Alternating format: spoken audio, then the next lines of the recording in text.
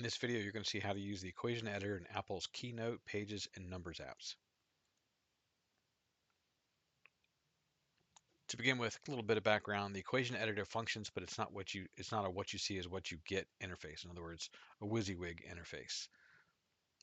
So in other words, you got to know a markup language to put it in there. And actually, you don't need to know much. I do most of my equations with just three commands.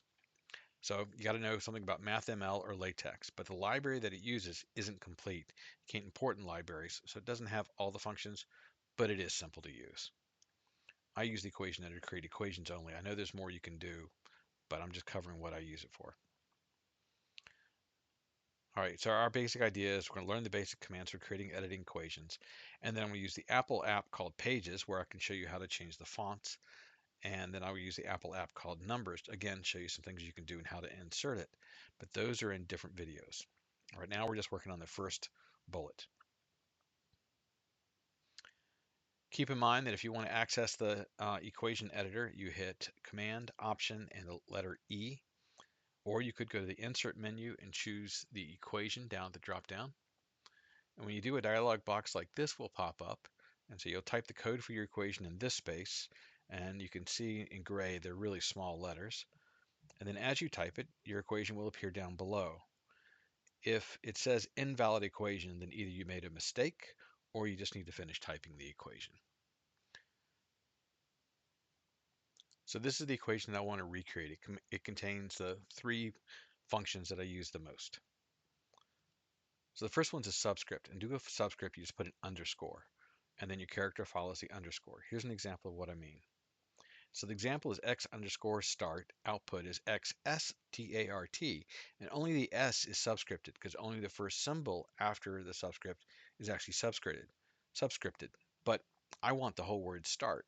To do that, what I'll do is I'll put the whole word in curly brackets. So x subscript or x underscore curly brackets start in curly bracket. And my output is x subscript the whole word. Superscript, it's a lot like subscript. Instead of underscore, I'm just going to use the caret above the number 6. And then remember, same thing as underscore, the first symbol is superscripted.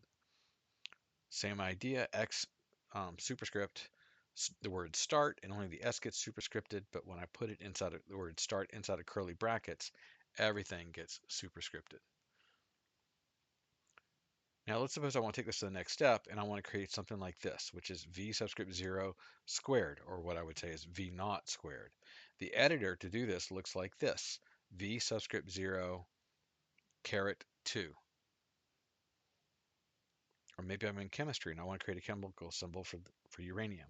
So the editor looks like this, subscript 235. Notice I put it in brackets because I want 2, 3, and 5 to all be subscripted, not just the first character. That's followed by superscript 92 and then the letter U.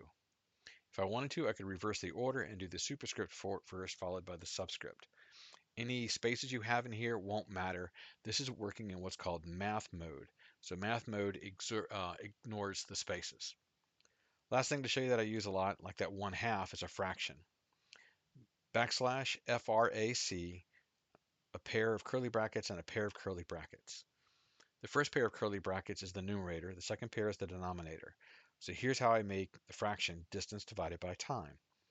Underscore backslash frac, curly brackets distance, curly brackets time. First curly brackets, numerator. Second curly brackets is time.